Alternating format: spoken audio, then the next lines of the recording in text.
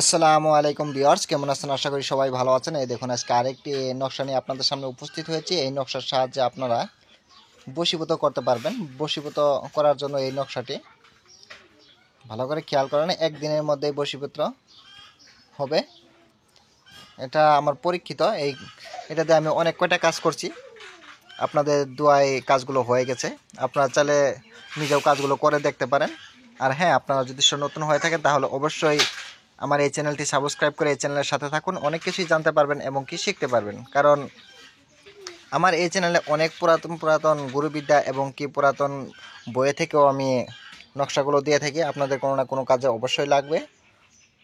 আপনারা যদি দূরে থেকেও বশীকরণ করতে চান তাও কিন্তু এটা দিয়ে হয়ে যায়। ঠিক আছে, এই কাজটি কীভাবে করবেন আমি সেটাও বলবো। ভিডিওটি স্কিপ করবেন না, স্কিপ করলে কোনো কিছুই বুঝতে পারবেন না। ভালো করে খেয়াল করেন এই নকশাটা আপনারা ভালো করে খেয়াল করেন, আর না হলে স্ক্রিনশট মেরে নেন, যাতে কোনো ধরনের ভুল না হয়। ঠিক আছে, আর না হলে এই নকশাটি ভালো করে লিখে নেন। এই দেখুন, আমি জুম করে দিচ্ছি অল্প, আপনারা লিখে নেন। এই দেখুন, খুবই সহজ একটি নকশা এবং কি একদম স্পষ্ট ক্লিয়ার আছে। আপনাদের বুঝতেও কোনো ধরনের অসুবিধা হবে না। আশা করি আপনারা এটা লিখে নেন ভালো করে। আশা করি আপনারা এই নকশাটি স্ক্রিনশট মেরে নিচ্ছেন, আর না হলে লিখে নিচ্ছেন। আর আপনারা যদি এই কিতাবগুলো নিতে চান আমার কাছ থেকে, বা যে কোনো ধরনের কবিরাজি কিতাব বা পিডিএফ ফাইল নিতে চান, তাহলে অবশ্যই আমার সাথে যোগাযোগ করতে পারেন। যোগাযোগ করার নাম্বারটা আমি বলে দিচ্ছি, 7002067513 এই নাম্বারে। আমার এই নাম্বারে ইমো হোয়াটসঅ্যাপ দুইটাই খোলা আছে। আপনারা চাইলে ইমো হোয়াটসঅ্যাপেও কিন্তু যোগাযোগ করতে পারেন। ঠিক আছে, নিয়মটা আমি আপনাদেরকে বলে দিচ্ছি। নিয়মটা ভালো করে দেখে নেন। নিয়মটা না দেখলে কোনো কাজে আসবে না, কারণ নিয়ম না হলে তার হবে না। কাজ কীভাবে করবেন এই দেখুন।